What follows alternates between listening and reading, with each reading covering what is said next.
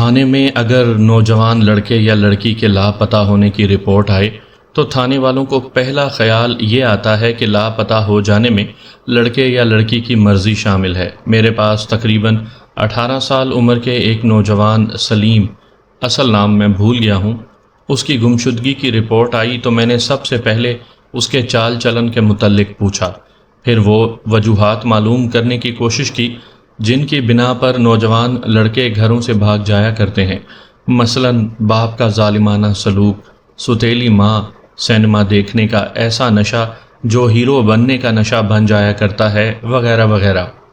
یہ اس اچھے وقت کا واقعہ ہے جب سینما ہال صرف بڑے شہروں میں تھے، اور وہ بھی بہت کم۔ قصبوں کے نوجوان ابھی فلمی غلاظت سے محفوظ تھے، معاشرے میں شرم و حجاب موجود تھا، بدکار اور بد کردار لوگ بھی موجود تھے، لیکن اتنے زیادہ نہیں جیسے آج کل ہیں کہ قابل اعتبار آدمی چراغ لے کر ڈھونڈنا پڑتا ہے۔ یہ تفتیشی کہانی ایسے ہی ایک بد کردار آدمی کی ہے۔ وہ قصبہ جہاں میں ایس ایچ او تھا، انگریز دور کے پنجاب کی اس سرحد کے ساتھ تھا جو دلی کی سرحد سے ملتی تھی۔ میں قصبے کا نام اور افراد کے اصل نام نہیں بتاؤں گا کیونکہ یہ لوگ پاکستان میں ہیں۔ وہ قصبہ بہت بڑا نہیں تھا، آبادی بھی آج کل کی طرح گنجان نہیں تھی۔ اس زمانے میں ہر قصبے میں چند ایک سرکاری افسر ہوا کرتے تھے، سول ہسپتال کا ڈاکٹر، تحصیلدار، تھانے دار، ڈنگر ڈاکٹر، اسٹیشن ماسٹر اور ایک زراعت انسپکٹر ہوا کرتا تھا۔ میرے قصبے کا زراعت انسپکٹر آج کے پاک پنجاب کے ایک قصبے کا جو آج کل شہر بن گیا ہے رہنے والا مسلمان احمد علی تھا۔ اس کے ساتھ کبھی کبھی ملاقات ہوتی تھی، لیکن میں اس کے گھریلو حالات سے ناواقف تھا۔ وہ چونکہ سرکاری افسر تھا اس لیے میں اسے عزت کی نگاہ سے دیکھا کرتا تھا، اور یہ آدمی مجھے اس لیے بھی پسند تھا کہ خوشگوار مزاج رکھتا تھا، ہنستا ہنساتا تھا۔ قصبے کے زراعت انسپکٹر کا کام یہ ہوتا تھا کہ ارد گرد کے دیہات کا دورہ کرتا رہے اور کسانوں، زمینداروں کو مشورے دیا کرے اور انہیں کاشتکاری کے سلسلے میں کوئی مشکل پیش آئے تو اسے آسان کرے۔ اس زمانے میں ٹریکٹر نہیں تھے، مصنوعی کھاد نہیں تھی اور فصلوں پر چھڑکنے والی ادویات نہیں تھیں، اور زراعت کے محکمے میں افسروں کی بھرمار نہیں تھی، اس لیے کاشتکاروں کو کوئی مشکل پیش نہیں آتی تھی اور اناج اتنا پیدا ہوتا تھا کہ سنبھالا نہیں جاتا تھا۔ زراعت نے یہ ترقی کی تھی کہ 2-3 نئی قسموں کے بل حکومت نے تیار کیے اور زراعت انسپکٹروں کو دیے تھے کہ دیہات میں ان کی تشہیر کریں اور زمینداروں کو ان کا استعمال سکھائیں۔ انسپکٹروں کو اچھی قسم کے بیج بھی دیے گئے تھے۔ زمیندار زراعت انسپکٹروں کے ممنون رہتے اور دورے کے دوران ان کی خاطر تواضع اور مٹھی چاپی کرتے تھے۔ یہ انسپکٹر جس پر چاہے کرم نوازی کرتے تھے۔ احمد علی ایسا ہی ایک زراعت انسپکٹر تھا۔ ایک روز تھانے میں آیا، میں اسے دیکھ کر خوش ہوا کہ گپ شپ ہوگی۔ میں بوریت محسوس کر رہا تھا، مگر احمد علی پریشانی کے عالم میں تھا۔ کہنے لگا، ملک صاحب، میرا جوان بیٹا لاپتہ ہو گیا ہے۔ کب؟ 3 دن گزر گئے ہیں، اس نے جواب دیا۔ مجھے شک تھا کہ دادا دادی کے پاس چلا گیا ہوگا۔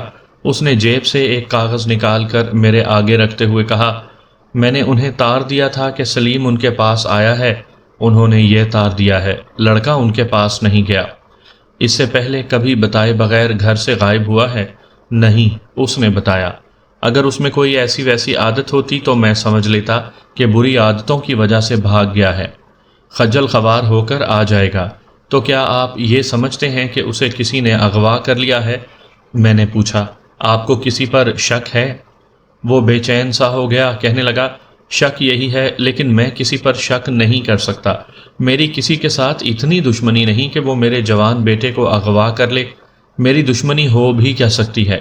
میں یہاں کا رہنے والا نہیں، آپ جانتے ہیں کہ 1.5-2 سال سے یہاں ہوں، معلوم نہیں کب یہاں سے تبادلہ ہو جائے۔ اس نے میرے پوچھنے پر بتایا کہ لڑکا جرأت مند ہے، ذہین ہے، شریف ہے، سچ بات کسی انگریز افسر کے منہ پر کہنے سے بھی نہیں ڈرتا۔ وہ 30 میل دور ایک بڑے شہر میں کالج میں پڑھتا ہے، 2nd ایئر میں ہے اور گرمیوں کی چھٹیاں گزارنے گھر آیا ہوا ہے۔ شہر میں ہاسٹل میں رہتا ہے۔ گھر سے پیسے یا زیورات غائب ہیں؟ نہیں، احمد علی نے جواب دیا۔ میں آپ کو بتا رہا ہوں کہ اس میں ایسا کوئی عیب نہیں تھا کہ گھر سے پیسے یا زیور چرا کر لے جاتا۔ وہ شام کے بعد اوپر چھت پر سویا، میں، اس کی ماں اور اس کا چھوٹا بھائی اور چھوٹی بہن بھی چھت پر سوئے تھے۔ اس کی چارپائی آپ سے دور تھی؟ نہیں، اس نے جواب دیا، ساتھ تھی۔ صبح اذان کے وقت میری آنکھ کھلی، دیکھا وہ چارپائی پر نہیں تھا۔ میں نے کچھ خیال نہ کیا مگر صبح تک وہ نہ آیا۔ پھر سورج نکل آیا، تب مجھے پریشانی ہوئی۔ اس کے 2 دوست ہیں، ان سے جا کر پوچھا، انہیں اس کے متعلق کچھ پتہ نہیں تھا۔ کیا وہ صبح اتنی سویرے اٹھنے اور سیر یا ورزش کرنے کے لیے باہر نکل جانے کا عادی تھا؟ نہیں، احمد علی نے بتایا، چھٹیوں میں وہ ذرا دیر سے ہی اٹھا کرتا تھا۔ اس شام اس کی اپنی ماں کے ساتھ یا آپ کے ساتھ لڑائی یا ترش کلامی تو نہیں ہوئی تھی؟ بالکل نہیں، اس نے جواب دیا، ماں کے ساتھ تو اس کو کبھی بھی ترش کلامی نہیں ہوئی۔ کوئی باپ نہیں کہتا کہ اس کے لاپتہ لڑکے یا لڑکی میں کوئی عیب تھا، یا یہ کہ اس کا اپنا رویہ اپنی اولاد کے ساتھ اتنا برا اور اتنا سخت تھا کہ اس کا کوئی بچہ تنگ آ کر گھر سے بھاگ گیا ہو۔ میں نے احمد علی سے کہا کہ وہ جو کچھ بتا رہا ہے اس سے تو یہ ظاہر ہوتا ہے کہ لڑکا خود نہیں گیا۔ دوسری صورت یہی ہے کہ اسے کسی نے غائب کیا ہے اور ہو سکتا ہے اسے قتل کر دیا گیا ہو۔ کوئی کسی کو بلا وجہ اغوا اور قتل نہیں کرتا، یہ انتقامی کارروائی ہوتی ہے، اور انتقامی کارروائی بلا وجہ نہیں ہوتی۔ میں نے احمد علی سے کہا، یہ انتقامی واردات معلوم ہوتی ہے جو اس کی یا اس کے بیٹے کی کسی حرکت کے جواب میں کی گئی ہے، مگر اس نے زور دے کر کہا کہ اس کی کسی کے ساتھ ایسی دشمنی نہیں۔ اس زمانے میں خرکار نہیں ہوتے تھے، خرکار پاکستان کی پیداوار ہے۔ میں نے احمد علی سے لڑکے کا حلیہ پوچھا۔ اس سے پتہ چلا کہ لڑکا خوبصورت تھا، اس کی خوبصورتی اغوا کا باعث ہو سکتی تھی۔ بعض خوبصورت گورے چٹے لڑکوں میں نسوانیت ہوتی ہے۔ ہمارے پڑوس انڈیا میں مہاراجوں کی ریاستیں تھیں جن کے محلات کے اندر کی زندگی اور ماحول الف لیلہ کی خیالی داستانوں جیسا ہوتا تھا۔ مہاراجے محلات میں نہایت خوبصورت لڑکے رکھا کرتے تھے۔ یہ ضیافتوں میں دلکش لباس پہنے مہمانوں کو شراب وغیرہ پیش کیا کرتے تھے، اور ان میں سے بعض لڑکوں کو خاص قسم کے رقص سکھائے جاتے تھے جن میں ایک بیلی ڈانس تھا جو عرب ممالک میں زیادہ مقبول ہے، بلکہ اسے عرب کے بادشاہوں اور تیل کی دولت سے اندھے شیخوں کی تخلیق اور تفریح کہا جاتا ہے۔ مہاراجے غیر ملکی مہمانوں، خصوصاً اپنے انگریز آقاؤں کو لڑکوں کا رقص اس حالت میں دکھایا کرتے تھے کہ لڑکوں کی کمر کے گرد برائے نام کپڑا لپٹا ہوتا تھا، اور بعض اوقات لڑکے بالکل برہنہ ناچتے تھے۔ روشنی مختلف رنگوں کی ہوتی تھی اور یہ رقص انگریز عورتیں زیادہ پسند کیا کرتی تھیں۔ مہاراجوں اور نوابوں کے لیے ایسے لڑکے پیش کرنا ایک کاروبار تھا۔ کبھی کبھار کوئی لڑکا اغوا ہو جاتا تھا، اگر اسے کسی محل میں پہنچا دیا جاتا تو وہاں سے نکالنا ناممکن ہو جاتا تھا۔ بعض والدین اپنے لڑکوں کو منہ مانگی قیمت اور ماہوار تنخواہ پر کسی مہاراجے کے ہاں ملازم کروا دیا کرتے تھے۔ مجھے یہ بھی شک ہوا کہ لڑکا اسی مقصد کے لیے اغوا ہو گیا ہوگا، لیکن یہ شک زیادہ دیر قائم نہ رہا۔ ایک تو لڑکے کی عمر 18 سال بتائی گئی تھی، اور دوسرے یہ کہ باپ کے کہنے کے مطابق لڑکا جرأت مند تھا۔ احمد علی نے کہا تھا اس میں اخلاقی جرأت ہے، ایسا نوجوان رقاص نہیں بن سکتا۔ تیسرے یہ کہ لڑکا رات اپنے کنبے کے ساتھ چھت پر سویا تھا، وہاں سے اسے اٹھا لے جانا ممکن نظر نہیں آتا تھا۔ اسے لاپتہ ہوئے 3 دن گزر گئے تھے، اس لیے موقع واردات سے مجھے کوئی کھورا کھوج نہیں مل سکتا تھا۔ ساون کے دن تھے، می بھی خوب برسا تھا۔ مجھے اب اپنے تجربے اور دماغ سے کام لینا تھا۔ احمد علی کے ساتھ 2 گھنٹے باتیں ہوئیں۔ میں نے اس سے ایسی باتیں پوچھی جن کی اسے توقع نہیں تھی۔ وہ خود عقل مند آدمی تھا اور اچھا خاصا خوبرو تھا۔ اس کی باتوں میں اثر اور شکل اور قد بت میں کشش تھی۔ اتنی لمبی گفتگو اور میری جرح سے میں نے یہ رائے قائم کی کہ معاملہ گڑبڑ ہے اور یہ انتقامی واردات ہے۔ احمد علی نے بے شک اس کے خلاف بات کی تھی، مگر میں پولیس کی نظر سے اس واردات کو دیکھ رہا تھا۔ یہ مجھے اغوا اور قتل کی واردات معلوم ہو رہی تھی۔ لڑکے کے مراسم کسی لڑکی کے ساتھ ہوں گے، رات کہیں ملاقات مقرر ہوئی ہوگی اور وہ اپنے کنبے کو سوتا چھوڑ کر چلا گیا اور لڑکی کے لواحقین نے اسے پکڑ لیا۔ اگر ایسا ہوا ہے تو لڑکی مسلمانوں یا سکھوں کی ہوگی، ہندوؤں میں اتنی جرأت نہیں تھی۔ میں نے رپورٹ درج کر کے کاغذی کارروائی مکمل کر لی اور تفتیش شروع کر دی۔ سامعین کرام، آپ سن رہے ہیں انسپیکٹر احمد یار خان مرحوم کی تفتیشی داستانوں میں سے ایک دلچسپ اردو داستان جس کا نام ہے روح کے رشتے، یہ اس سلسلے کی پہلی قسط ہے۔ مجھے امید ہے آپ کو میری یہ کاوش پسند آئے گی۔ آپ نے اگر ابھی تک میرا چینل کہانی گھر سبسکرائب نہیں کیا تو ابھی میرے چینل کو سبسکرائب کر کے بیل نوٹیفیکیشن آن کر لیجئے تاکہ آنے والی ہر نئی کہانی کی اطلاع بر وقت آپ تک پہنچ سکے۔ نفسیات کے ڈاکٹرز جانتے ہیں کہ بعض نوجوان بڑے نیک اور بھولے بھالے لگتے ہیں، لیکن وہ مجرمانہ رجحانات کو چھپائے رکھتے ہیں۔ جہاں انہیں موقع ملتا ہے وہ جرم کر گزرتے ہیں، اور انہیں جاننے والے ماننا نہیں چاہتے کہ یہ جرم اس بھولے بھالے لڑکے نے کیا ہے۔ احمد علی کا بیٹا سلیم اس کی رائے کے مطابق شریف تھا، لیکن بھولا بھالا اور سیدھا سادہ نہیں تھا۔ مجھے سب سے پہلے یہ معلوم کرنا تھا کہ درے پردہ وہ اس کا چال چلن کیا تھا۔ وہ خوبصورت تھا اور اس میں جرت بھی تھی۔ میرے تجربے کے مطابق وہ اتنا شریف نہیں ہو سکتا تھا۔ میرے اپنے ذرائع تھے جن سے مجھے صحیح رپورٹیں مل جایا کرتی تھیں۔ ان کے علاوہ میں نے سلیم کے ان دو دوستوں کو بلایا جن کا ذکر اس کے باپ نے کیا تھا۔ دونوں سے الگ الگ پوچھ گچھ کی۔ انہوں نے مجھے جو کچھ بتایا اس سے میں مایوس ہوا۔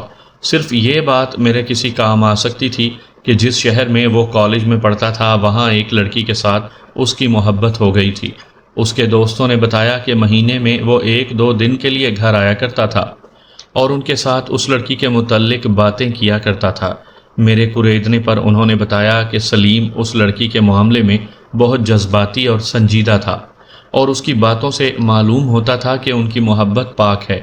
لڑکی ایک گرلز کالج میں پڑھتی تھی۔ میں نے ان سے پوچھا کہ جس رات وہ لاپتہ ہوا تھا اس شام یا اس سے پہلے انہیں ملا تھا؟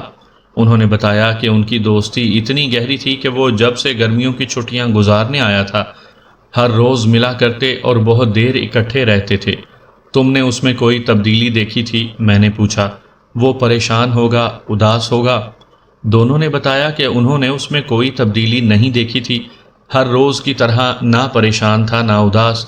میں ان کے اس جواب سے مطمئن نہ ہوا۔ تفتیشی افسر کو اتنی جلدی مطمئن ہونا بھی نہیں چاہیے۔ صرف وہ لوگ جن کا واسطہ کبھی تفتیشی افسر سے پڑا ہے جانتے ہیں کہ پولیس کس طرح بال کی کھال اتارا کرتی ہے۔ میں تو اس معاملے میں جنونی تھا۔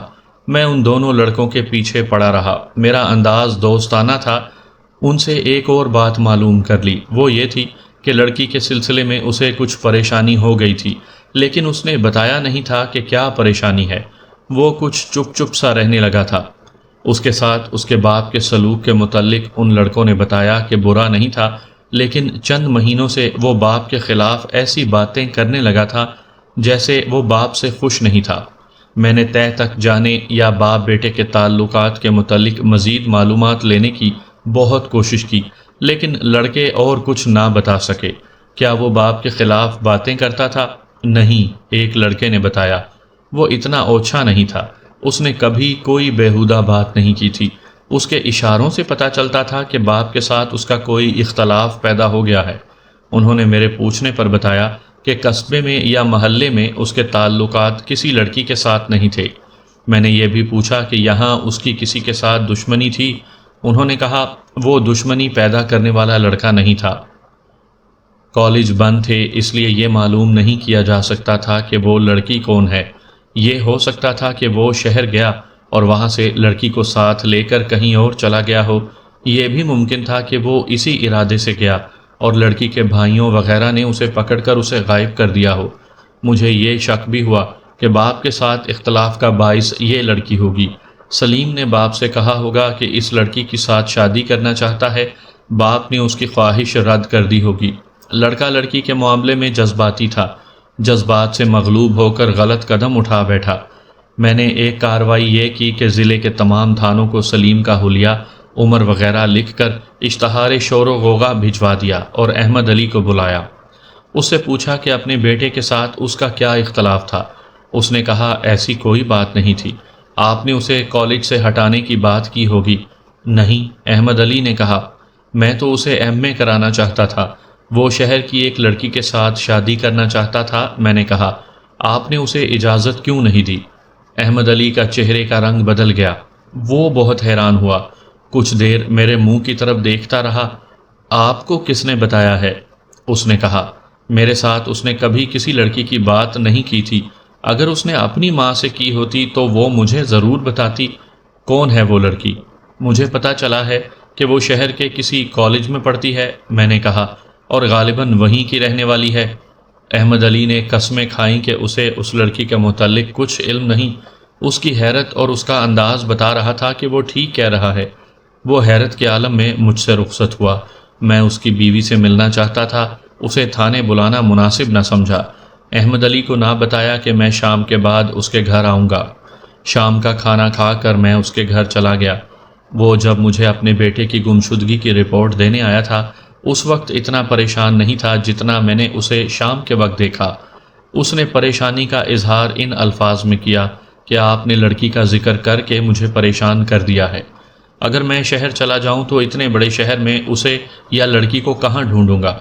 میں نے اسے تسلی دے کر کہا کہ وہ اپنی بیوی کو میرے پاس بھیج دے، ہو سکتا ہے اسے کچھ پتہ ہو۔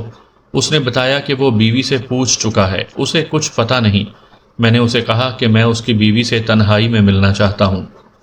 اس کی بیوی آ گئی اور وہ چلا گیا۔ میں نے حسب عادت اس کے چہرے کو، پھر اس کے سراپا کو غور سے دیکھا۔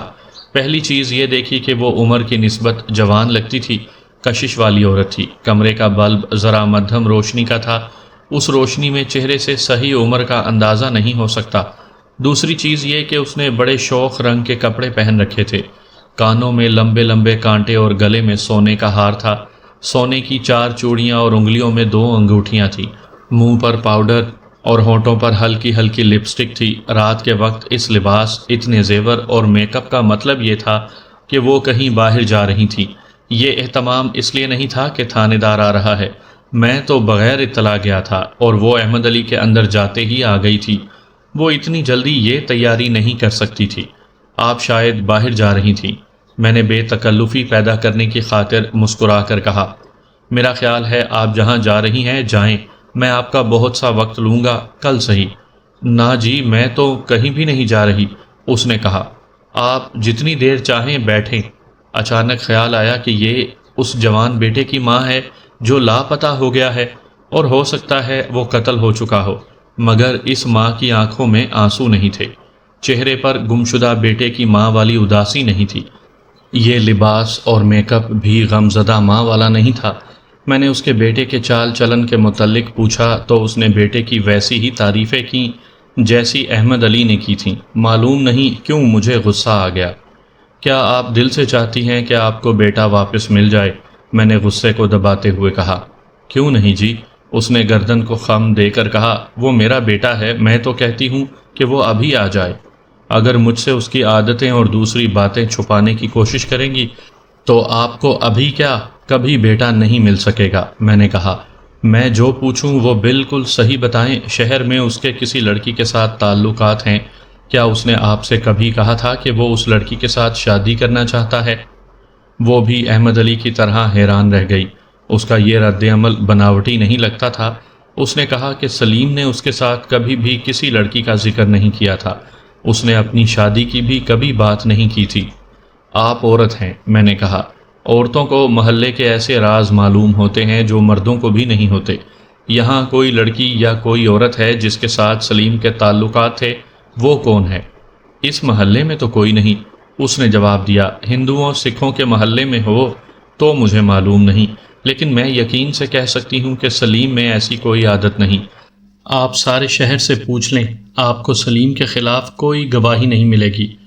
میں نے اس کے ساتھ بہت باتیں کی تھیں، صحیح معنوں میں پولیس کی پوچھ گچھ یعنی انٹیروگیشن کی تھی۔ آپ کو چیدہ چیدہ باتیں بتا رہا ہوں جو میری جرح اور سوال در سوال سے اس کے منہ سے نکل گئی تھیں۔ مجھے 2 باتیں معلوم کرنی تھیں، ایک یہ کہ دشمنی کس کے ساتھ تھی، اور دوسری یہ کہ سلیم کے ساتھ باپ کا سلوک اتنا بڑا یا باپ بیٹے کے درمیان کوئی ایسا اختلاف تھا کہ بیٹا گھر سے بھاگ گیا۔ میں تو یہ توقع لگائے بیٹھا تھا کہ ابھی میرے تھانے کے کسی نہ کسی گاؤں کا نمبردار یہ اطلاع لے کر آئے گا کہ کھڈ میں ایک گلی سڑی لاش پڑی ہے۔ بیٹے کے ساتھ باپ کا سلوک کیسا تھا؟ میں نے پوچھا۔ لاپتہ ہونے کی شام باپ بیٹے میں جھگڑا ہوا تھا۔ بہت اچھا، اس نے جواب دیا۔ ان کا آپس میں سلوک بہت اچھا تھا، ان کے درمیان کبھی جھگڑا نہیں ہوا تھا۔ لڑکا چپ چپ رہنے لگا تھا۔ میں نے کہا، اس کی وجہ کیا تھی؟ میں آپ کو یہ بتا دیتا ہوں کہ مجھے بہت سی ایسی باتوں کا علم ہے جو آپ مجھ سے چھپا رہی ہیں۔ میں نے آپ کی عزت کی خاطر آپ کو تھانے میں بلایا، آپ کے گھر آ گیا ہوں، مگر آپ کچھ ضروری باتوں پر پردہ ڈال رہی ہیں۔ اس کا نتیجہ یہ ہوگا کہ میں آپ کو تھانے بلاؤں گا۔ وہ ذرا گھبرائی۔ میں نے اپنا سوال دہرایا کہ سلیم چپ چپ کیوں رہنے لگا تھا۔ اس نے اس کی تصدیق کر دی کہ وہ چپ بھی رہنے لگا تھا اور کبھی کبھی گہری سوچ میں گم ہو جاتا تھا۔ ماں نے اس سے پوچھا تھا لیکن اس نے کوئی وجہ نہیں بتائی تھی۔ میرے پوچھنے پر ماں نے بتایا کہ اس نے سلیم کے باپ کے ساتھ اس کا ذکر نہیں کیا۔ میں نے اپنی ضرورت اور سوچ کے تحت اس سے پوچھا، آپ کے خاوند کا چال چلن کیسا ہے؟ وہ چونک پڑی اور میرے منہ کی طرف دیکھنے لگی۔ مجھے ایسے ہی رد عمل کی توقع تھی۔ میں نے اس کی آنکھوں میں آنکھیں ڈال کر کہا، آپ مجھے جتنی باتیں بتا رہی ہیں یہ میں کسی اور کو نہیں بتاؤں گا، آپ کے خاوند کو تو بالکل نہیں بتاؤں گا۔ آپ گھبرائیں نہیں، مجھے آپ کے بیٹے کی تلاش کرنا ہے اور میں آپ سے آپ کے خاوند کے متعلق جو کچھ پوچھ رہا ہوں یہ مجھے دوسرے لوگوں سے بھی پتہ چل جائے گا، پھر یہ آپ کے لیے اچھا نہیں ہوگا۔ میں آپ کو بار بار تھانے بلاؤں گا۔ اس کے ساتھ ہی میں نے اس کے دل سے خوف اور گھبراہٹ دور کرنے کے لیے کچھ چکنی چپڑی باتیں کی۔ میں نے یہ دیکھا کہ وہ جلدی بے تکلف ہو جانے والی عورت تھی۔ ایسے فرد کو ہم تعاون کرنے والا گواہ کہا کرتے ہیں۔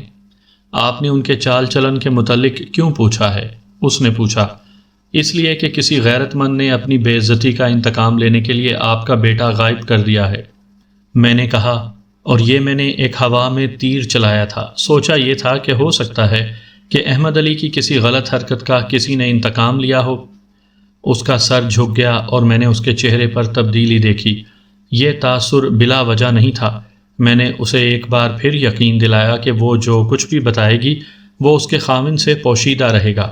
میں اپنے انداز سے اس کے پیچھے پڑ گیا اور یہ بھی کہا کہ اس کے خاوند کی زندگی بھی خطرے میں ہے، اس لیے مجھے پتہ چلنا چاہیے کہ کوئی ایسی ویسی بات ہے تو میں آپ کے دشمنوں کو پکڑ لوں۔ اگر آپ کو کسی پر ذرا سا بھی شک ہے تو مجھے بتائیں۔ میں نے اس کے ساتھ بہت دیر مغز کپائی کر کے کہا، آپ کے چھوٹے بچے بھی ہیں، اگر دشمن کھلے پھرتے رہے تو وہ کوئی اور وار کر گزریں گے۔ تب وہ بدکی، ادھر ادھر دیکھ کر اس نے ہاتھ جوڑے اور بولی، خدا کے لیے انہیں یعنی احمد علی کو پتہ نہ چلنے دینا۔ میں آپ کو ایک خاص بات بتاتی ہوں، اگر انہیں پتہ چل گیا کہ یہ میں نے آپ کو بتائی ہے تو اس کی مجھے طلاق سے کم سزا نہیں ملے گی۔ اگر میں زبان بند رکھتی ہوں تو مجھے چھوٹے بچوں کے متعلق ڈر ہے۔ میں نے اسے اور زیادہ پیار سے یقین دلایا کہ میں احمد علی سے کچھ بھی نہیں کہوں گا۔ میرے پیار کا اس پر یہ اثر ہوا کہ وہ میرے قریب سے رکھ آئی اور میرا ایک ہاتھ اپنے دونوں ہاتھوں میں لے کر اپنے سینے پر رکھ لیا۔ اس نے میری آنکھوں میں دیکھا، اس کی آنکھوں میں کچھ اور ہی تاثر تھا اور التجا بھی تھی۔ وہ بہت ہی خوف زدہ ہو گئی تھی اور میری پناہ چاہتی تھی۔ دوسرے محلے میں ایک عورت ہے، اس نے کہا، زمیندار خاندان کی ہے، 1.5-2 مہینے گزرے، ایک روز وہ میرے پاس آئی تھی، کہنے لگی، اپنے خاوند کو زنجیر ڈالو ورنہ میرا مرد تمہاری لڑکی کو غائب کر دے گا۔ میری لڑکی کی عمر ابھی 6-7 سال ہے۔ میں نے اس عورت سے بہت پوچھا کہ بات کیا ہے؟ اس نے کہا کہ اپنے خاوند سے پوچھ لینا اور اسے بتا دینا جو میں تمہیں کہہ چلی ہوں۔ اس نے اس عورت کا جو خاندان بتایا تھا اسے میں اچھی طرح جانتا تھا۔ ان کا باپ یا دادا افواج میں صوبے دار تھا، پینشن آیا تو فوج کی طرف سے اسے 25 ایکڑ کا ایک مربع ملا۔ کچھ زمین پہلے سے بھی تھی۔ وہ خوشحال زمیندار خاندان تھا۔ چونکہ یہ میرے قصبے کا خاندان تھا اس لیے میں اس کے 2 بڑے آدمیوں کو جانتا تھا، لیکن وہ دونوں لڑنے جھگڑنے والے نہیں تھے۔ احمد علی کی بیوی نے ایک مسلن کی زبانی اصل بات بتا دی۔ اس نے کہا، اس کے 2-3-4 روز بعد ایک مسلن آئی اور اس نے ہاتھ جوڑ کر کہا، بی بی ناراض نہ ہونا، میں اپنی طرف سے کچھ نہیں کہتی، چوہدرانی کا پیغام لائی ہوں۔ اس نے کہا ہے کہ تم نے اپنے خاوند سے وہ بات کہہ دی تھی یا نہیں جو میں تمہیں کہہ آئی تھی۔ مسلن نے اس عورت کی پہلی والی دھمکی سنائی۔ میں نے اس سے پوچھا کہ یہ قصہ کیا ہے؟ مسلن نے رازداری سے بتایا کہ یہ جو عورت مجھے دھمکیاں دے رہی ہے اس کے خاوند کے بڑے بھائی کی بیوی میرے خاوند سے چوری چھپے ملتی ہے۔ ان کی ملاقات آج کل گرمیوں میں زراعت کے گودام میں ہوتی ہے۔ عورت کو وہاں دیکھا گیا ہے۔ اس کا خاوند کچھ بوڑھا ہے اور عورت کی عمر اس سے 14-15 سال کم ہے۔ آپ نے اپنے خاوند کے ساتھ بات کی تھی؟ کی تھی، اس نے جواب دیا۔ انہوں یعنی احمد علی نے کہا کہ یہ خاندان مجھے رسوا کر رہا ہے کیونکہ انہوں نے مجھے کہا تھا کہ میں انہیں گندم کا بیج مفت دلا دوں۔ اس کے علاوہ بھی یہ لوگ مجھ سے زراعت کا ایسا سامان مفت مانگتے ہیں جو میں نہیں دے سکتا۔ یہ لوگ اتنے بے غیرت ہیں کہ انہوں نے مجھ پر یہ ذلیل الزام تھوپ دیا ہے۔ کیا آپ نے خاوند کی اس بات کو سچ مان لیا تھا؟ اس کی آہ نکل گئی اور اداس سے لہجے میں بولی، سچ ماننا ہی پڑتا ہے۔ میں اس کی اداسی اور آہ کو نظر انداز نہیں کر سکتا تھا۔ یہ تاثر بلا وجہ نہیں تھا، اس نے بڑا ہی کارآمد سراغ دیا تھا۔ میں اس لائن پر سوچ رہا تھا کہ لڑکے کو انتقامی طور پر اغوا کیا گیا ہے۔ اب یہ دیکھنا تھا کہ اسے قتل کر دیا گیا ہے یا احمد علی سے یہ زمیندار کوئی شرط منوا کر لڑکے کو رہا کر دیں گے۔ میں نے احمد علی کی بیوی سے کہا کہ اس نے مجھے اتنی نازک بات بتا دی ہے تو اب مجھ سے کچھ بھی نہ چھپائے۔ میں نے اس سے پوچھا کہ وہ یہ کہتے ہوئے کہ خاوند کی بات کو سچ ماننا ہی پڑتا ہے، اداس کیوں ہو گئی تھی اور اس کی آہ کیوں نکل گئی تھی؟ اپنے بیٹے کے لیے پریشان ہوں، اس نے کہا۔ احمد علی کا سلوک آپ کے ساتھ کیسا ہے؟ بہت اچھا ہے، اس نے جواب دیا۔ آپ مجھے دیکھ نہیں رہے؟ وہ مجھے ہمیشہ اچھے کپڑوں اور زیورات میں دیکھنا چاہتے ہیں۔ اس کے ساتھ باتیں کرتے شاید 1.5 گھنٹہ گزر گیا تھا۔ میری آنکھیں 25 نمبر کے بلب کی روشنی میں اچھی طرح دیکھنے کی عادی ہو گئی تھیں۔ میں نے پہلے کہا ہے کہ وہ 18 سال عمر کے نوجوان کی ماں تھی، لیکن عمر سے بہت کم لگتی تھی۔ میرا خیال تھا کہ میک اپ اور مدھم روشنی کی وجہ سے وہ مجھے اتنی جوان لگتی ہے، مگر اب وہ میرے قریب سرک آئی تھی۔ میں نے اسے غور سے دیکھا، وہ واقعی جوان تھی۔ میں نے اچانک اس سے پوچھا، آپ کی عمر کیا ہوگی؟ خاصی کم معلوم ہوتی ہے۔ 30 نہ ہوئی تو 32 سال ہوگی، اس نے گردن کو ذرا خم دے کر جواب دیا۔ میں سمجھا کہ عورتیں اپنی عمر کم ہی بتایا کرتی ہیں۔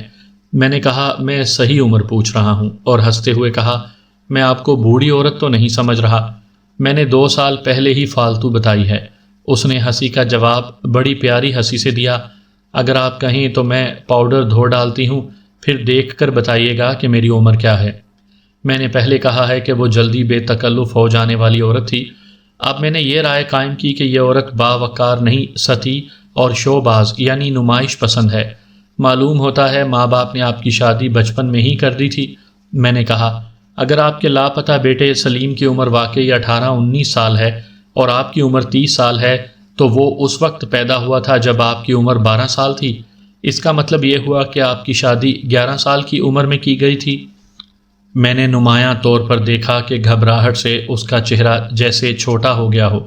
وہ گھبراہٹ کو چھپا نہ سکی، کہنے لگی، دراصل میری عمر 35 سال ہے۔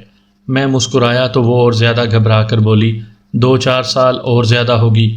میں اس کے چہرے، آنکھوں اور دانتوں کی چمک کو بڑے غور سے دیکھ چکا تھا۔ میں اس کے اور قریب ہو گیا اور دھیمی سی آواز میں پوچھا، مجھ سے کیا چھپانا چاہتی ہو؟ میں تمہیں صاف بتا دیتا ہوں کہ تم مجھ سے اپنی عمر نہیں، کچھ اور چھپا رہی ہو۔ میں نے اسے آپ کہنا چھوڑ دیا۔ اس کی عمر کے ساتھ میری تفتیش کا اور اس کے بیٹے کی گمشدگی کا کوئی تعلق نہیں تھا، مگر اس نے جس بھونڈے طریقے سے اپنی عمر کم یا صحیح بتائی اور اس کے بعد بغیر حساب کیے اضافے کرنے لگی، اس سے مجھے کچھ شک ہو گیا۔ اس کی گھبراہٹ اب اس کے ہاتھوں سے بھی ظاہر ہو رہی تھی اور وہ بار بار ہونٹوں پر زبان پھیرنے لگی۔ یہ گھبراہٹ کی انتہا ہوتی ہے جس سے ہونٹ خشک ہو جاتے ہیں۔ مجھے خیال آیا کہ سلیم اس کا بیٹا نہیں، 30 سال کی عمر کی عورت کا بیٹا 18-19 سال کا ہو ہی نہیں سکتا۔ اس کے علاوہ میں دیکھ رہا تھا کہ اسے سلیم کی گمشدگی کا کوئی غم نہیں۔ جس ماں کا جوان بیٹا لاپتہ ہو جائے اور جسے یہ دھمکی بھی ملی ہو کہ اپنے خاوند کو زنجیر ڈالو ورنہ تمہاری بچی کو غائب کر دیں گے، تو اسے اس خوف سے تو پاگل ہو جانا چاہیے تھا کہ اس کے بیٹے کو قتل کر دیا گیا ہے۔ میں نے اس میں ایسی کوئی تڑپ اور بے چینی نہ دیکھی۔ میں تمہارے خاوند کو اندر بلا لوں گا اور یہ تمہارے لیے بہت برا ہوگا، میں نے کہا۔ میں تم دونوں کو تھانے لے جاؤں گا اور ساری رات پوچھ گچھ میں گزار دوں گا۔ سچ بتاؤ، مجھ سے کیا چھپا رہی ہو؟ میں تم سے وعدہ کر چکا ہوں کہ تمہارے خاوند کو کچھ نہیں بتاؤں گا۔ مجھے سچ بتاؤ کہ سلیم تمہارا بیٹا ہے یا نہیں؟